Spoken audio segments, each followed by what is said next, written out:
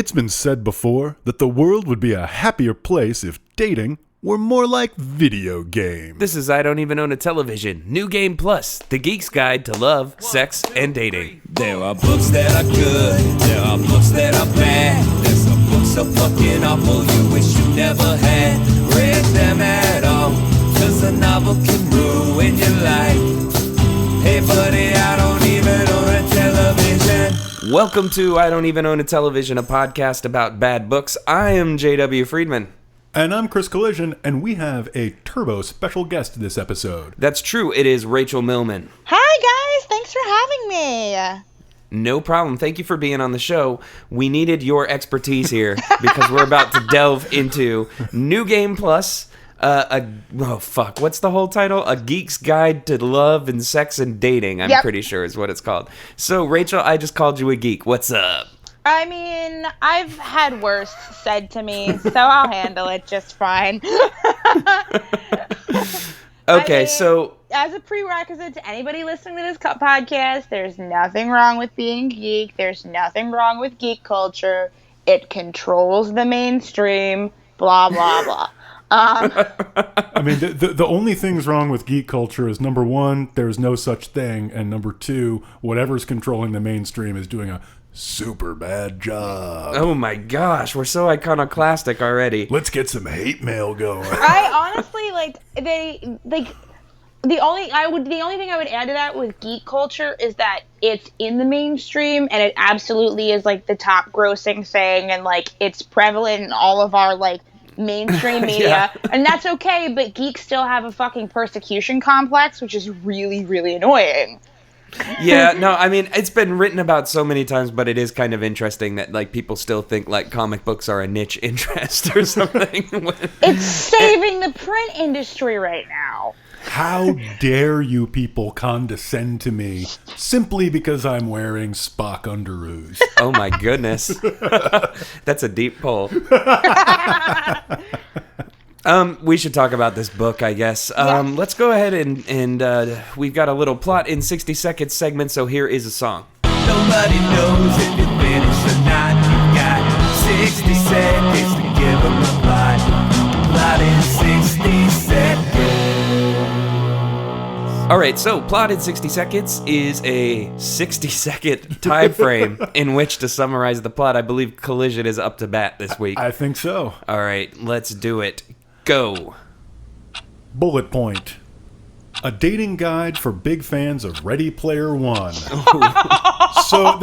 there's not really a lot of plot in this. It is a self-help book, and it's basically like a caffeine-free self-help book, focused but not exclusively on dating, for men who think playing video games is like an artistic and political act and think that t-shirts with words on them are, revolutionary.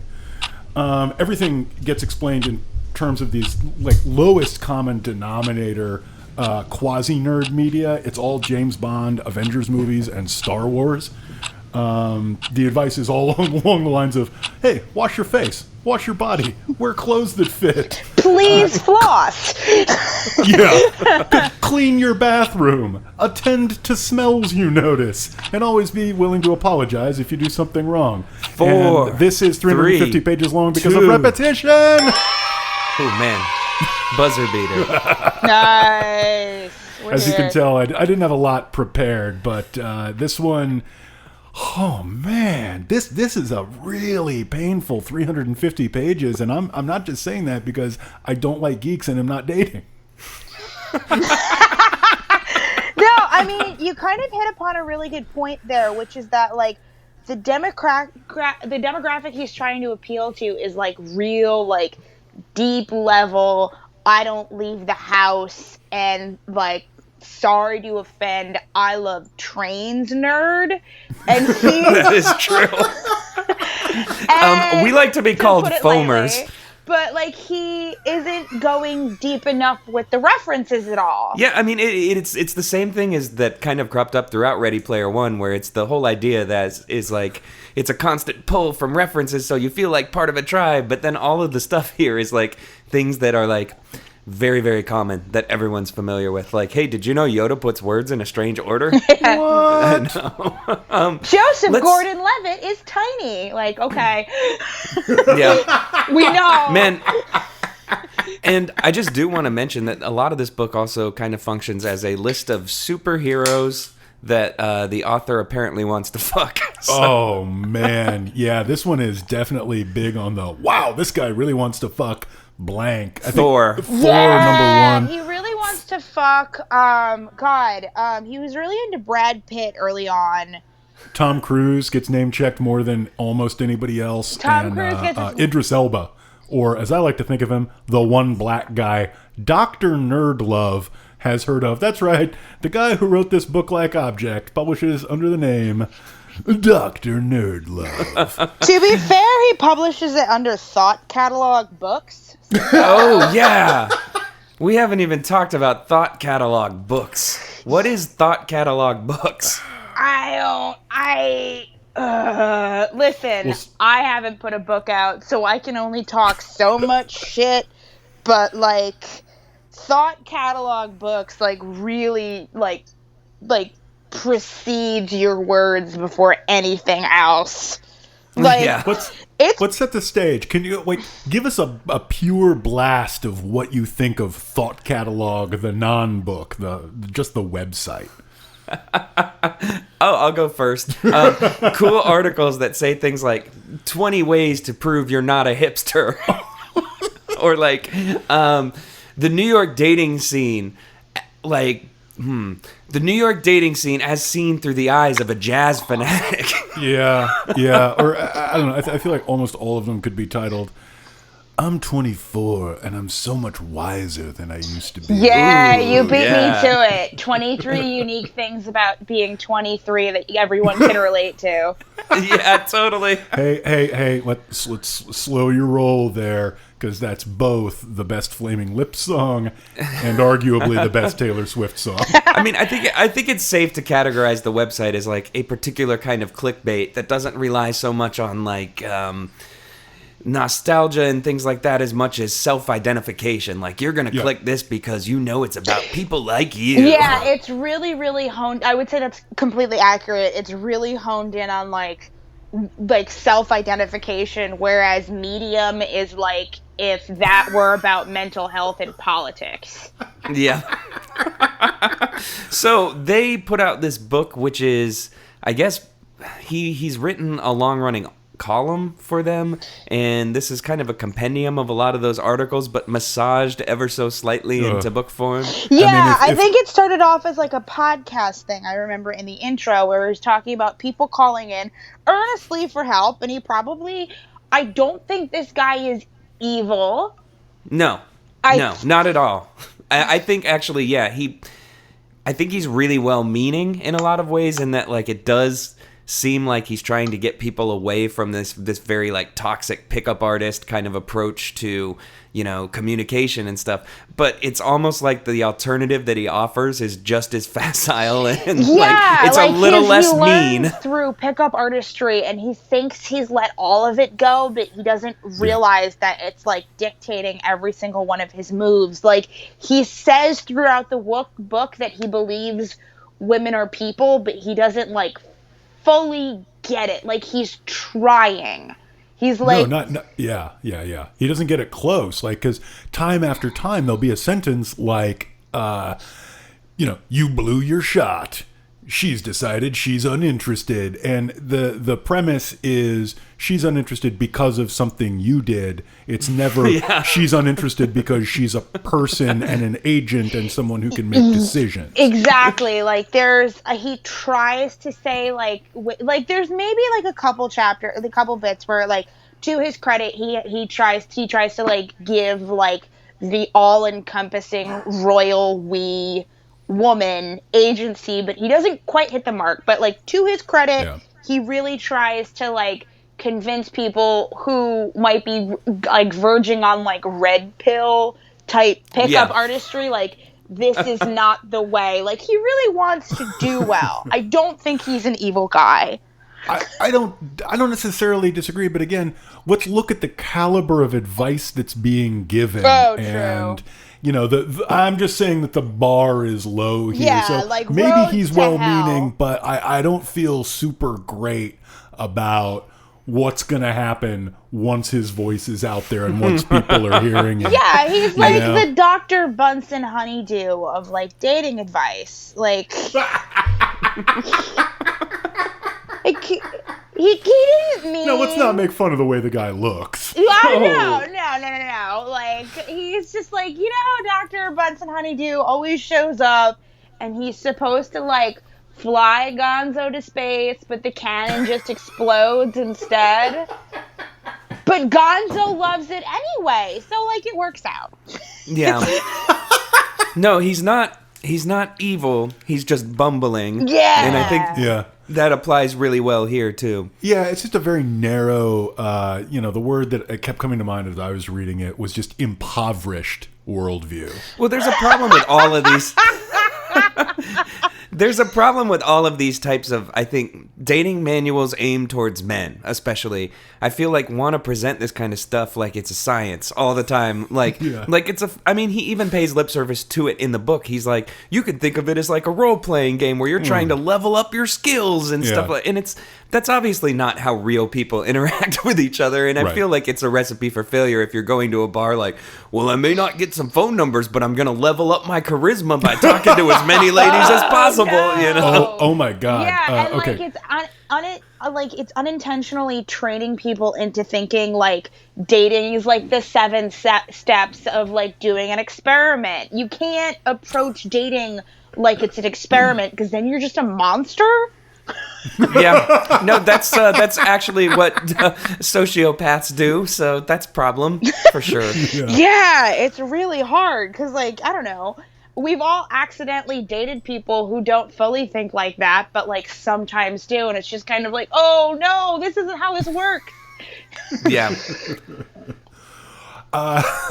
Maybe we should talk about some high points and low points, because boy, it sure sounds like we all have a lot of high points to really get to here.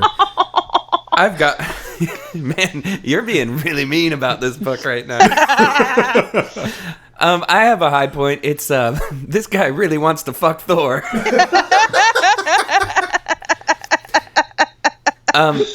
No, if I'm being serious, I think, like, I guess my high point is kind of what I just mentioned, and that it's, at the very least, it doesn't come across as hateful, which, again, the bar's pretty low, but I was expecting something a lot more like The Game, something Neil Strauss-like, and what you get is a little gentler, at least, so that was a high point for me. I guess I understand that that's kind of abusing the concept of high point, but the high point was, it wasn't as horrible as it could have been. It really could have been horrible, though, to be fair. Yeah, and I was expecting something so much more. This was recommended to us. I can't remember exactly who it was, but the verbiage that accompanied the recommendation really got me expecting some hateful things, and at least that doesn't show up. So, moving along, Collision.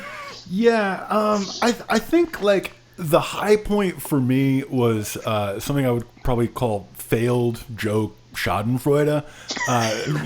Reading this is really like reading kind of a standard, very generic self-help book filtered through a guy's really unrehearsed and unpolished stand-up set. Like, I don't think he nails a single joke in this book. No. I actually have an entire page in my notebook that is just written down versions of what I thought were jokes that didn't land, and there's like multiple variations of them. Like he has this tendency to go through riffs on more ass than blank that are all just fucking terrible.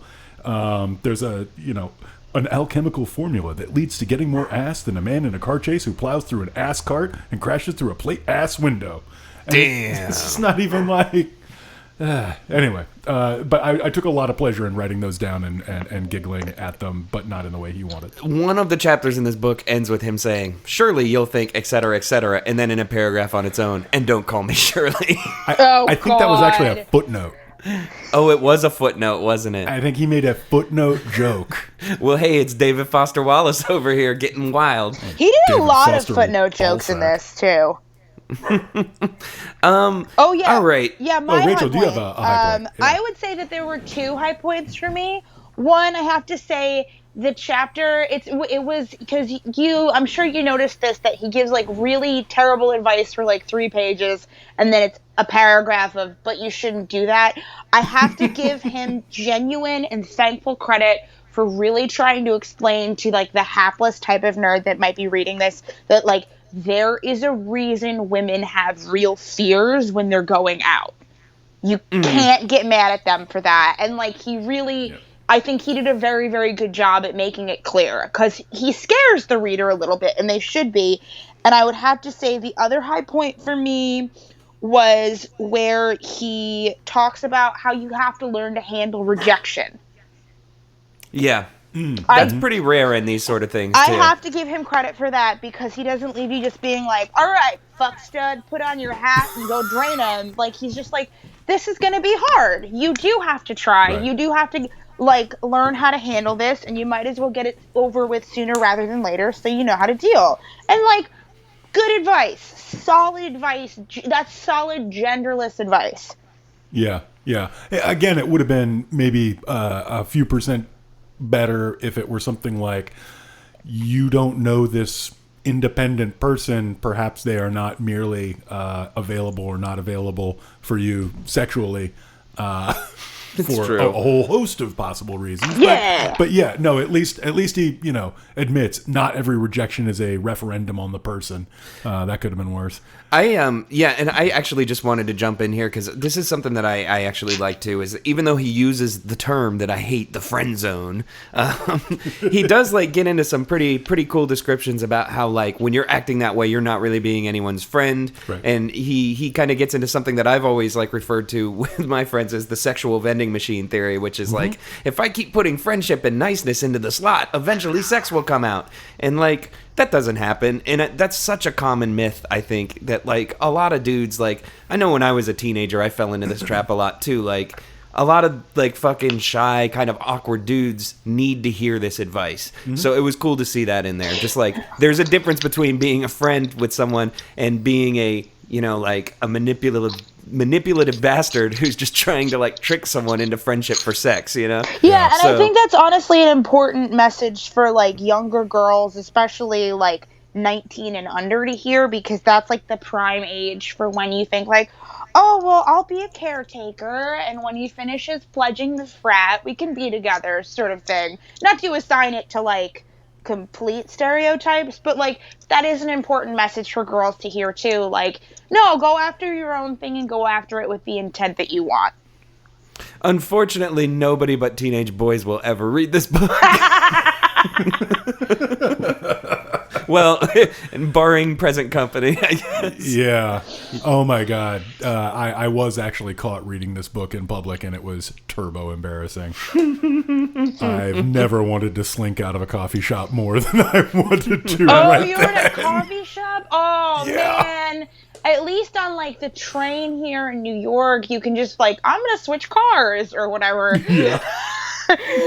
Yeah, now you've got a place in your neighborhood you can never go again. It's really good. Their coffee is awesome. They have, like, actually genuinely tasty vegan food. Do you tip well?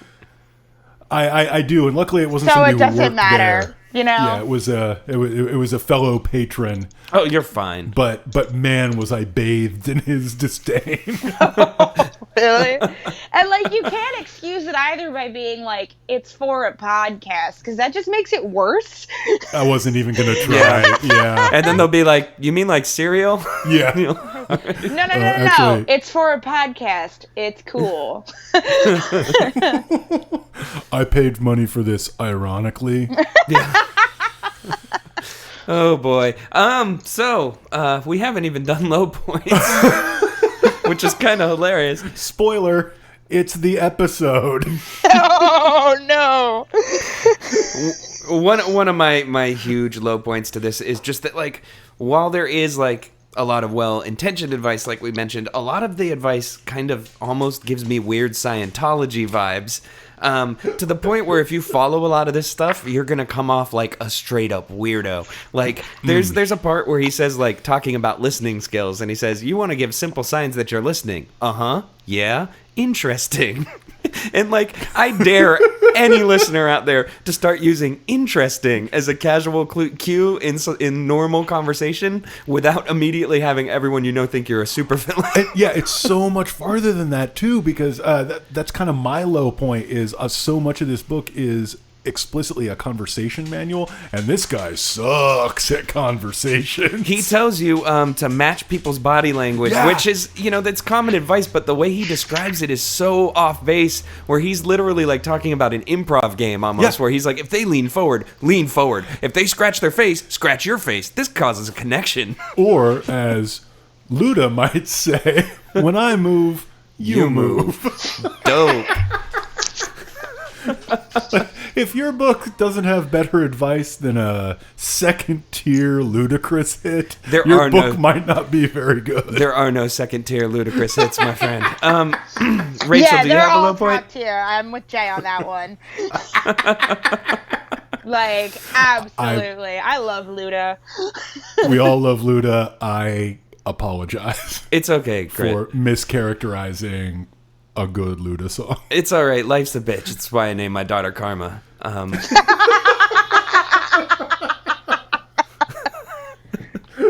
Rachel, do you have a low point? Yeah, I would say the low point is in chapter 8, where he tells the story about this girl, April, and it ends with the epilogue of, a week later, I was coming out of a movie. I had a voicemail waiting for me on my phone.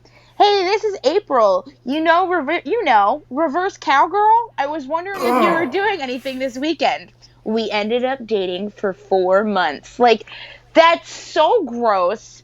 It's super gross. 4 months is not a very good brag. 4 months is... She got to know my personality and said, I have better things to do. Yeah. We dated for 4 months before she discovered this manuscript on my computer. We dated for 4 months before I called her Idris one night in the heat of passion. Damn. Oh, God. Everybody at home, look up Idris Elba has a fairly successful rap career in England, as he calls himself King Dries, I believe, or maybe Big Dries, and he's actually super fucking dope. So look his stuff up, you'll be amazed. Yeah, I haven't listened to it yet, just because like every other like actor's foray into it is like always a little like, I don't know how this is gonna go. But I think I saw it posted on Deadspin, and they were like, it's actually good. And I'm pretty sure he was a musician and an actor pretty much at the same time, but that he was making records before he was like getting big name acting gigs. So he's legit. It's super good if you like British hip hop. It's kind of dance hallish. It's really good. So he's like Heston agrees. Yeah, Heston agrees. He's like the black Chris Christopherson. Yeah, exactly. Who went from, legitimately great records to such iconic performances as, I think he dated Barbra Streisand in a movie, and of course was Whistler in the Blade trilogy. That's true. How did we get here? I have no fucking clue. We started talking about Ludacris, I think. Oh, okay. This is a podcast about bad books and Ludacris. Has Ludacris... Oh, okay. Pinning this one for later. Google if Ludacris has written a book. My dad's favorite Ludacris song is Move. That's a good one. And he loves the video, too, because he loves, like, the giant hands he has. They crack him up. Right. It's good. No, my favorite is the one part of... I forget which song it is, but when he says, something like a balloon, Macy's. That shit makes me so happy. Okay, so we should probably take a break, and then we'll come back and we're going to play some games. All right. All right, so we will return. Hi, I was just noticing across the room. That's a really nice, pretty dress. Well, I saw you smiling. I've never seen you before. And I was wondering, if you like, Oh, no? Okay, well, never mind. See you later. Hey, you new wave! All right, welcome back to I Don't Even Own a Television, where we're talking about New Game Plus, a geek's guide to love, dating, and relationships, I believe. We have Rachel Millman with us. Hi, how are y'all? We're doing good. And so before we kind of get into the game section of things, it's probably a good idea to do some house cleaning. Okay, so this is just us reading parts of the book that we couldn't resist not reading to you. And I'm going to go first because this was my absolute favorite. Out of context, it's just this sentence. Women go nuts for Loki. Rachel, can you confirm or deny that before we move on? The actor has nice bone structure. Honestly, he's not entirely wrong there. If you surf the Loki tag on Tumblr, there is some like weird porn you can find super fast. So like, okay, that's true, but the actor is hot. Right. But if you search the like bike tire tag on Tumblr, you'll find some weird porn about it. I mean, but you have to do a lot more digging. Well, uh-oh. We've just learned something today. But it's women do fucking love Loki, but they also like, and this is very important, a fictional character. Yeah. Yeah, so more highlights here. Yeah. Let's keep it rolling. Okay. So this book is basically in large part a conversation manual. And this illustrates this guy's approach to conversations. Are you an artist? God, I loved questions like that. They might as well be asking, hey, would you like this opportunity to show off and humble brag a little? Oh. That's really, really upsetting. Yeah. R.I.P. Harris. Here's another one for me. This is just talking about maybe like getting in touch with the things that you naturally like so you'll be more exciting to other people. And it's maybe your passion is photography, playing a musical instrument, or acting in local plays. Maybe it's collecting vintage comic books or taking part in the rockabilly community. The rockabilly community looms large in the world of Dr. Nerdlove. Wow, I guess that's just Austin. Yeah, maybe. That makes a lot of sense. Yeah, so this was one of my favorites. But as long as you hold on to the self-limiting beliefs, you can be the sharpest dressed man in the world with perfect hair and teeth, dropping bon mots like M&Ms from the hands of a man with no fingers and still be without a date on Friday night. Oh, Jesus. So we were talking earlier about jokes that didn't quite land. Here's a short one. Women aren't flat pack furniture. Oh, yes, I know that one very well. And then he goes on to, like, talk about Allen wrenches.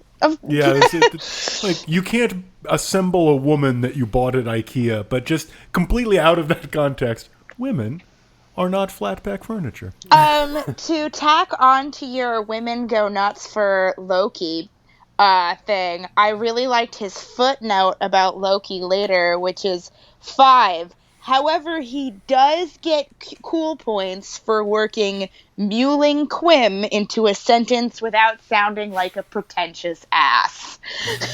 We were talking about this earlier off mic, actually. Collision and I were, and that's not a great line. No, that was a line that I remember very well when that movie came out, which is, for those listening who don't know, it's a quote from the first Avengers. There was, like, a huge discussion around that line and how, like, it was super unnecessary within the context of the character, and it took it from being, like, a character threatening somebody to just being, like, you're a cunt. Yeah. On that same page as well, another quotable for me, was, and I bet you guys can guess it, maybe, is Bill Clinton may be an incredibly divisive political figure, but anyone who's met him in person, even his most dedicated haters, will tell you that when he turns on the 1,000-watt smile and envelopes your hand in that bear hug, he calls a handshake. You can't help but like the guy. I have actually heard that that's true. That Clinton has one of those magical abilities to make you feel like you're the only person in the room. Sort of like Tom Cruise, who's also mentioned in this book by name, is making you be able to feel like he's the only you're the only person in the room. Yeah. Which when I read, I was like, oh, that's like the first thing you learn in the Scientology communications course. Yeah. So I've got two on the same topic, so bear with me. An alchemical formula that leads to getting more ass than a man in a car chase. Oh, fuck this. Who plows through an ass cart and crashes through a plate ass window. I'm an ass man. Followed closely, in my notes at least, by he got more famous ass than a drunk man with a stolen credit card at a celebrity donkey auction. Jesus Christ. I really man. liked, you had one more. Correct. Sorry, I'm sorry. I apologize. No, I think that was both of them, right? It was just a double ass extravaganza. Oh, God. One for each cheek. That says so much about the writing style that I assumed that was all one thing. God, I had so many marked out in the first part where he's like, wear deodorant. Because there were so many just like weird little things in there that just made me pause. It gave me so much pause. There's a section that explicitly tells you how to shave to not have a neck beard. Well, he goes into different types of beards, and for somebody who very meticulously is like, Tony Stark is played by Robert Downey Jr., he just assumes you know what a Van Dyke is. I had to stop and Google that. Right. That's also known as the Larry the Cable Guy. I also... I should mention, so I can say this, okay? I have pretty long hair, and walking around right now, I look like a cross between like haggard modern-day Dave Mustaine and haggard, puffy modern-day Axl Rose. But back in the day when I had short hair, I was frequently mistaken for each of the guys on Mythbusters. So I say that with all due humility. This guy looks exactly like a cross between the two guys on Mythbusters. You looked him up, right? Oh, I looked him up. I had to. You guys are both meaner than I am. I didn't do it. I wanted to know who I was talking about before I decided how mean I wanted to get.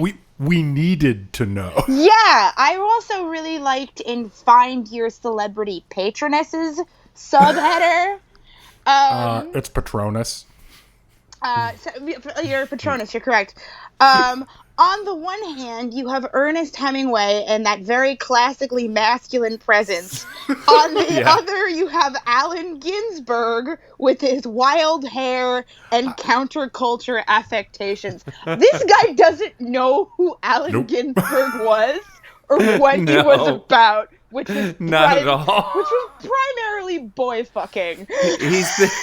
He's thinking of Abby Hoffman, but he's saying Allen Ginsberg. We should. I think we've probably come pretty close to exhausting this, but I do want to note, and I think Jay's got one more, but I do want to note that there's a story he tells related to the "Are you an artist?" thing, where it turns out that before he became a typo-prone, repetitive writer, he was a visual artist whose primary medium was Photoshop. Oh. And I did not investigate this, but I guarantee he's scrubbed what was once a really powerful DeviantArt page. Oh, yeah, I'll give you that. Oh, man. Like, the Nerd Girls tag on that page was probably the most repellent thing. What if the Little Mermaid like wore hipster glasses and slept with me? Yeah. A Photoshop series. 75 more Photoshop portraits of Mary Jane Watson.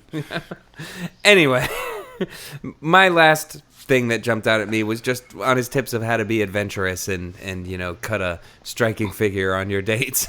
It says, jump on stage and sing karaoke with a live band, even though you may not be able to carry a note with both hands in a bucket.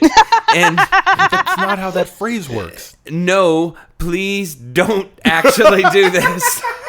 That's awful, and you're embarrassing yourself and everyone Well, involved. for a guy who's trying to provide a sliding scale of steps, you would think that, the first level of karaoke is private room, then you do drunk bar, and then you do live band. Come on, like, give these people a rope. Jesus.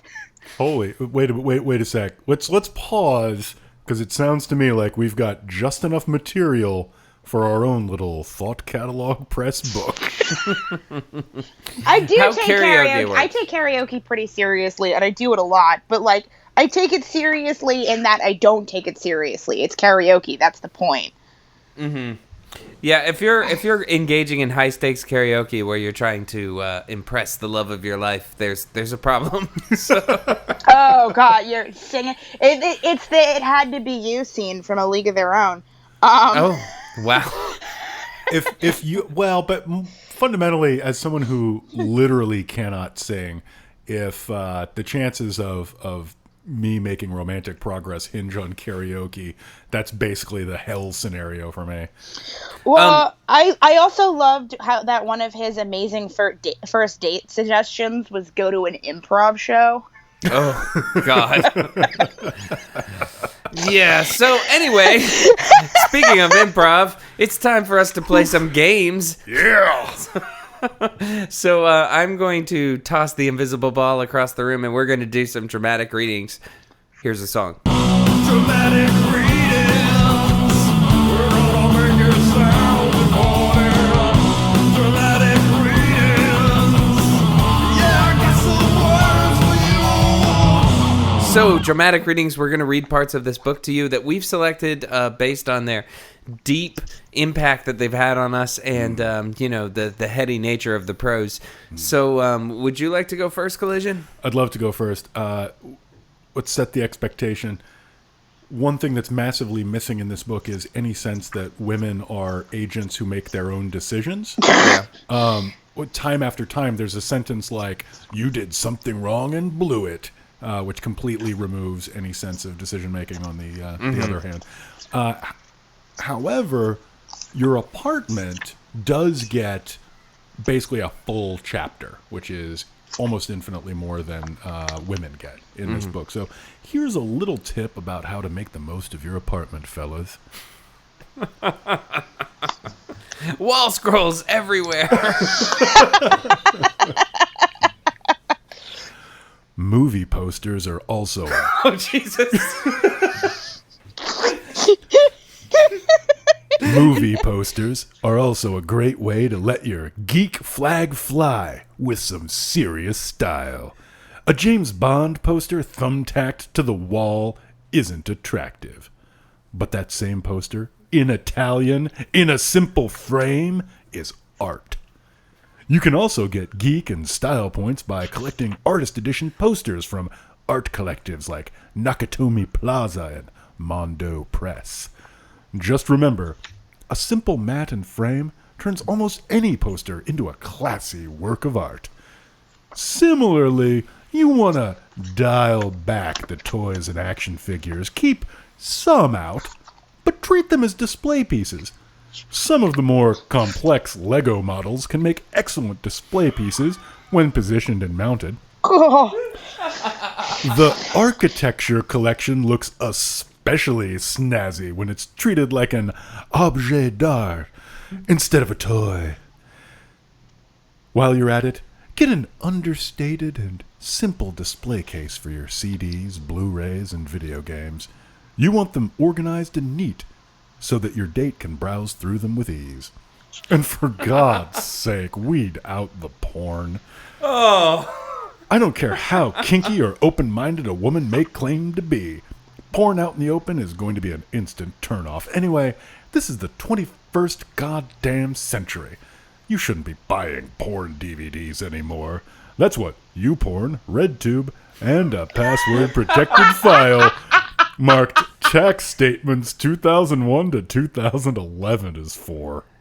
Oh, that's good stuff. That's extremely good stuff. This guy may have written more books than he's read. Because I didn't hear books anywhere in his shelving plan. No. Rachel, do you have a dramatic reading? I do. I'm stuck between two right now, but I think I'm going to go with my gut, which is what I actually dramatically read out loud to some friends who responded with, "Shut the fuck up and put that book away." That sounds perfect. Those are good friends, by the way. They were cringing openly. It was great. Chapter 8, The Attraction Plan. Yes. Mapping out the approach. It's been said before that the world would be a happier place if dating were more like video games. Okay, maybe I said it back in the day, but in its own way, it makes sense. After all, with games, you ultimately know what to expect. The nature of the medium dictates that everything happens according to specific rules. If you spend enough time paying attention, you will start to recognize certain patterns. Once you've correctly identified these patterns, you can thus formulate a way to maximize your effort in order to achieve your goal, whether it's to complete the raid, take out the bastard sniper across the map, overthrow Kefka, bring down the globe-spanning conspiracy, or find out whether another damn mushroom is about to tell you that your princess is in another castle. Shut the fuck up and put that book away! I kept going, too. It was great. The point being that if meeting and attracting women was more like a game, you could eventually find a perfect pathway to get to the end, whether a specific pattern or a cheat code. Either up, up, down, down, left, right, BA start, and you have all the chances you'll need to end up swimming through tail like Scrooge McDuck diving through his money bin. This is part of what makes the pickup artist community so attractive to so many men. It provides a sense of certainty that is often absent in dating. Many pickup schools, especially the more routine-based ones, promise sex by flowchart. Follow this pattern and everything will fall into place exactly as you want it to. Unfortunately, following routines is actually counterproductive when it comes to approaching women. It not only does it make you come off like a robot, but it ultimately makes it impossible to be genuine. You're constrained by having to follow the flowchart instead of simply enjoying where the conversation goes. Wow. I know. And the rest of the book is full of great advice like, what's your greatest accomplishment?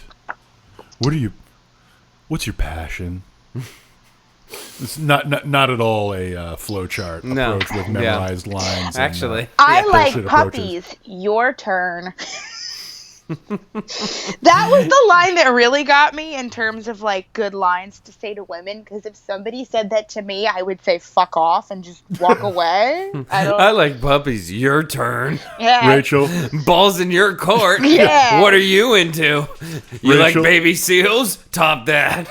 Oof. You're hilarious. It's too bad you're such a dork. You're very tall. High five.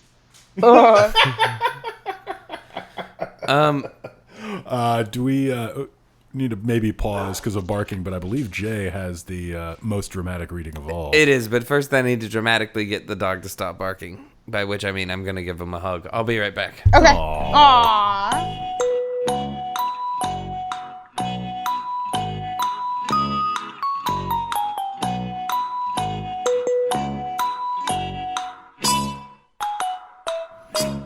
All right, I'm back. So for my reading here, I just wanted to kind of give you the closing elements of the book, and it's this. Before I leave you to the challenge of becoming your new best self, I want to share something with you. I have a tattoo on my forearm, the 63rd hexagram from the I Ching. It symbolizes the concept after completion. It means that the moment you think you mastered something, that's the moment you've realized you've only beginning to learn. You haven't finished. You're merely at a point of equilibrium, the well-deserved rest before you advance to the next level of mastery. Just getting a girlfriend, it's not the end. It's just the beginning. Relationships, whether romantic or platonic, purely sexual or completely chaste, don't exist without work or effort. Similarly, working to improve yourself and building your new life doesn't stop just because you've reached your goals. There'll always be more to learn, more to work on, more to strive for, and more to improve. And it will be amazing. So the best thing about that might just be that it immediately follows a very long section about what to do if you have succumbed to the perils of premature ejaculation.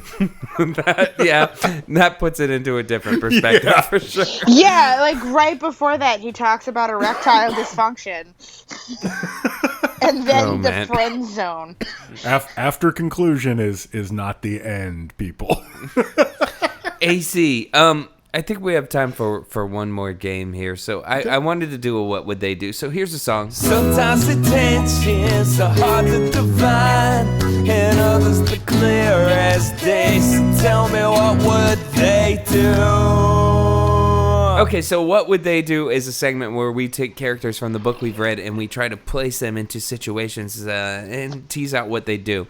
So in this case, the character obviously would be the titular Dr. Nerdlove. And I was just curious, if you were Dr. Nerdlove, and I wanted to make this as uncomfortable as possible, so here we go. If you were Dr. Nerdlove and you wanted to get it on with a lady, what song would you sing for her at karaoke? Oh my God, yeah. Ooh. What is Dr. Nerdlove's sex playlist like? Yeah.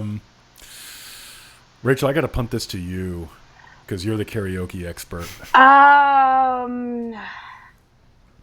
It really all depends on the time of year, but I would say he would sing to her. He'd either do Rihanna's Stay. Ooh, that's good.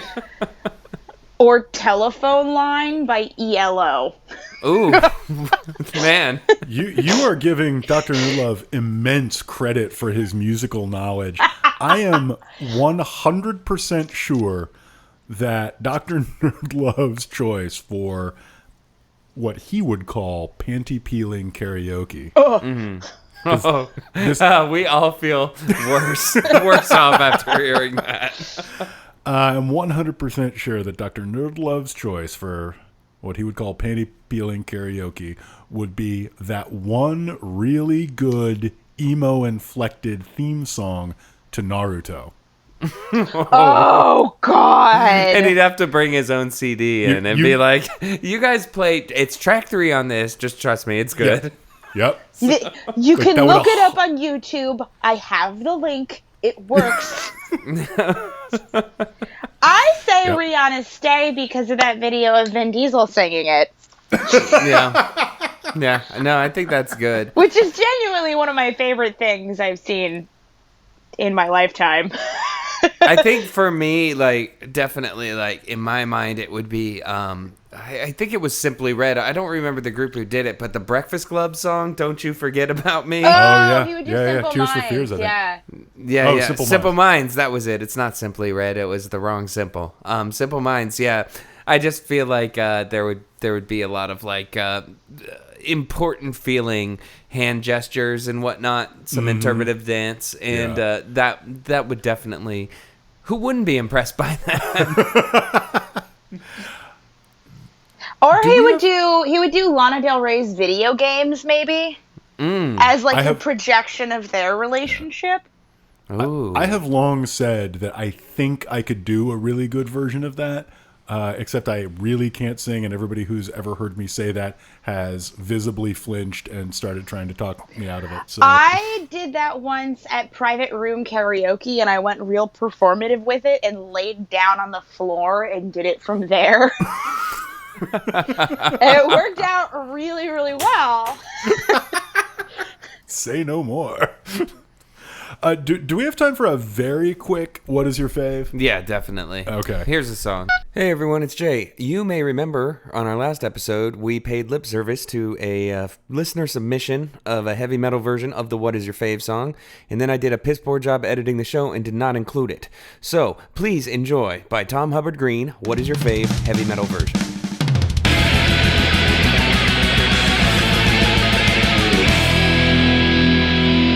Alright, wow, music. It's great. So, this is gonna be less uncomfortable than Jay's question, but it's gonna put you in a similar space, I think. What is your fave actual insight or piece of advice from this book? I'm gonna read you a list of options, but as always, if there's one that I don't name, feel free to nominate that as your fave. Okay. 1. Volunteering is an amazing way to meet women and do some good for your community in the process. 2. Focus on women who are open to being approached. They're the ones who will seem aimless or distracted. 3. Be like Batman, always prepared, which actually turns out to mean always have some Benadryl and Altoids on you, like Batman does. Or 4, as you make out, don't just rush to penetrate her with your fingers. Oh my god. Oh god. Oh. I'm going to say 3, just because be like Batman defines most of my life, except for the part where I don't fight crime or know martial arts. Also, you're not a billionaire playboy, I don't think. 1 out of 2 ain't bad. I would say the best piece of practical advice presented here is the last one, which is don't rush to finger bang. Yeah, that's not doing anyone any favors. It's also been pointed out to me fairly lately that the word finger bang itself is aspirational. That's not a lot of banging there. Yeah, it says a lot of the person's technique of whoever invented it. My personal my absolute favorite piece of all of the advice in here was in how to put an outfit together. It was really practical, solid advice. Consider the weather. It should be obvious, but the weather is going to make a difference. You may look stylish as hell in your blazer, but if it's humid and you're spending any time outside, you're going to look like you've gone swimming in it. Colder weather means that you're going to layer more, but you can also express yourself with a carefully chosen scarf to go with your overcoat. Hey, thanks, Doc. Yeah, I mean, he has some really genuine heart in telling people, like, you have to improve your soul before you can improve your banter. Yeah. No, I mean, there's straight up a part about getting clothes where it's like, the first step is throwing out all the crap you have right now because you're a dumpster fire and you look like trash. It's like, and then get this, 2 slacks, two button-up shirts, like a cardigan, a fucking, and it's just like, he's like, this should cover for all situations. And I feel like he means well, but holy shit, that's like the slash and burn. It is, but it's valuable for... We were talking about this earlier. It's valuable for the audience he's talking to, and he can't quite say most grown-ups don't spend a lot of time in shirts with words or pictures on them. So he has to approach it in a very diplomatic and delicate way. Yeah, he's really gentle with his assumed audience, and it's very, very kind to see, but at the same time, it made my skin crawl thinking about the types of people just being like, oh, I never thought of this. Like, Yeah. Speaking of skin crawl, I'm sorry, I gotta hijack this for 1 second. One thing that he does a lot is make serial killer jokes. Yeah. And usually tacks on right after that this is the kind of joke you do not want to make on a date. But there's one towards the end where he says, you don't want her to be wondering how many lampshades you're going to make out of her skin. And I was like, okay, number one. Oh, no, it's even worse, though, because it says you don't want them wondering how many lampshades you're going to make out of their skin. And it's like, number one, cool serial killer joke. Cool. Number two, excellent Holocaust reference. Great job. 3, way to actually, in your phrasing, make this gender neutral, as though there's not like one type of person who's going to overwhelmingly be the serial killer. It was really just awful. And had this book been edited at all by a human person with reading eyes, it would have been cut, and it should have been cut. It's just like, bleh. Yeah. Yeah, that's another thing I noticed is that really basic like spelling and grammar mistakes are really prevalent throughout. It like whatever copy editing program they ran it through is not a good one. Yeah. They didn't even run it through Word, because there were a ton of things where just 2 words were mashed together. Yeah, you know. Definitely. The actually even in the like don't wear a blazer on a hot day paragraph, there's a bunch of like run on mush. Yeah. Thought catalog books. Yeah. We're going really, really late here. It's probably time for us to recommend things we didn't hate. So, Rachel, do you have anything on deck that you'd like to recommend to our audience? Oh, you mean book-wise that isn't this, or? It doesn't have to be a book, just anything you've enjoyed. Let's see, things I enjoy, if you think you'd enjoy similar things as me. I'm really liking reading Carrie Brownstein's memoir. It's really fun. If you haven't read it yet, I enjoy it a lot. It is called, why can't I remember the name of it? It's sitting in front of me. Hunger Makes Me a Modern Girl. I genuinely, ironically love Carly Rae Jepsen's latest release. It is an excellent pop album. Seen her 4 times. I'm not a freak show. And also, if you haven't watched Mr. Robot, you should. It's a great TV show. Those are all good. Collision recommendations. So after drenching myself and steeping myself so deeply in this hyper-masculine environment, I needed to take a step back. So I am going to recommend a book by a woman named Kraus called I Love Dick. I can see why you needed to work up to that. Yeah, it's a spectacular book, and possibly the only book I've ever seen somebody reading in public that got as weird a look from somebody on BART as I got when somebody read over my shoulder a page of this book yesterday. Yeah, reading this on public transit has been a wild ride.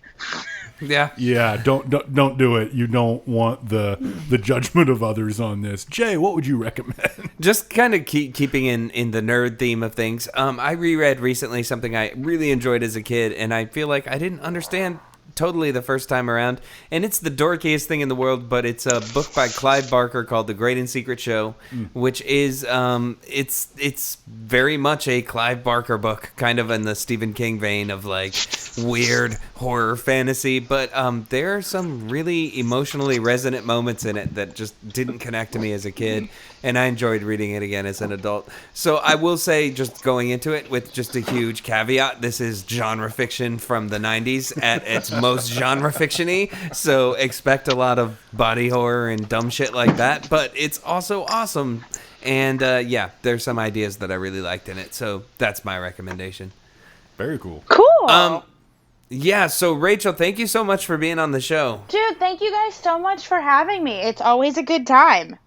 All right, excellent. And how can people keep in touch with you if they want to know what you're doing? If they want to know what I'm doing, they can always visit my terrible place of oversharing, my Twitter account, which is just my name, Rachel Millman. They can also go to my Tumblr if they want, which has my email if they want to talk to me. I'm usually, as long as you're not an aggressive person, I'm nice and I love talking to people. Very cool. Yeah, that's about it. Awesome. Well, yeah, thanks again, and we will be talking to you soon. Oh, thanks so much, guys. All right, so I understand we got a lot of letters. Man, do we got a lot of letters. Here's a song. A, letter B, letter C, letter D, letter E, letter F, letter G, letter, got a lot of letters. All right, so Collision, you got those letters? I got some letters. This one is from Brendan, fake last name. And it goes a little something like this. Hey, on the subject of book recommendations, what are your favorite books that you will never read again? I read Mary Doria Russell's The Sparrow and thought it a fantastic and moving book about which I sing high praise, but I will never, ever, ever read it again. That book was like an emotional mugging, stealing my happiness and replacing it with an introspective nightmare. 5 out of 5 stars. Are there any books that, by their very nature, resist revisiting? Why don't you lead us off? I've got a bunch. I wouldn't consider any of them my favorites, really, because just the way I read, I've forever been like a really abusive rereader. But there are a number of books that made a hell of an impression on me that I definitely will never read again. Leaving Las Vegas is kind of at the top of the list. Oh, yeah. That was an incredibly powerful book that that created a world that I don't want to revisit. Few other World According to Garp, weirdly, I just read that at a time when I was super duper depressed, and the picture of male impotence in that book, and I don't just mean sexual impotence, but just like overarching being impotent at life, really got in my head and ruined like 6 months for me. So that's another one that I'd put on that list. I'm gonna go way back here, and I'm gonna talk about a book that affected me a lot when I was like 13 or 14 years old, and I don't even remember that much about it, except that it was called Flight of the Cassowary, and it was about like a teenage outcast who everyone made fun of him because he said he could fly, and then at the end of the book he actually starts flying. What? And it's and just like at the time it really like meant a lot to me, but I recognize that it's because I was a teenager, and if I read it again now I'd be like, this is corny as fuck. I was like a pre-teenager, but just at the time it meant so much to me that I feel like it's almost coming from a different place, but I don't want to read that again because I don't want to ruin that feeling, right know? Oh yeah, no, there's definitely a number where I haven't reread because like it gives me that warm glow, and I'd prefer to keep it than think about, holy shit, when I was 32, I was an adolescent dipshit. Yeah, exactly. Or for that matter, 37. So this one is a little bit longer. There's not a question, but strap in. This is from Lee, fake last name Perry. I, unfortunately, until I can find something better, work a shitty job surrounded by hateful bigots and don't want them to find me. Yikes. That said, I just want to thank you guys for the truly great show. I've been going through some rough times lately, but seeing a new episode of IDEO TV in my podcast app every week or so always makes me happy. And since I'm writing to you, I thought I'd get in on one of your segments, recommendations. It's been a decade since I read it, so I can't be completely sure, but I recall Douglas Copeland's Girlfriend in a Coma being about as enjoyable as a gallbladder attack. That's not a great recommendation. Meanwhile, I can't say enough good things about Liu Cixin's Three-Body Problem trilogy. The first two are amazing and wildly different, character-driven sci-fi novels with an interesting perspective on society and cultural value, and book 3 is coming in August. At least 3/4 through the first book, I realized that just like the protagonist, I had absolutely no idea what was going on, and I couldn't have been happier. Oh, that sounds good. Great storytelling. And then jumping to a different part, I was afraid of having the letter read for fear of my coworkers somehow hearing, but then I remembered that I've talked about your show at work before and was met with the same slow, silent blinking one might expect from a bowl full of below average amphibians. Ouch. Just last week, my boss saw me reading at lunch and said, "Oh, are you one of those book people?" Nice. So I just wanted to read that from Lee Perry because I think it illustrates a lot of what it's like to actually like enjoy a book, particularly at work. You one of them readers, boy. Yeah, that really kind of jumped out of the old inbox, and I thought we'd all get a little bit of joy out of it. No, that's great. So how can people write to us if they're so inclined? Well, they could send us a delightful email like the ones we just read at I don't even own a television at gmail.com. They could always tweet us at IDEOTVpod. Same for Facebook. And if you have any ideas about just what exactly Dr. Nerdlove's sex playlist would be beyond the conversation we had about it, keep them to yourself.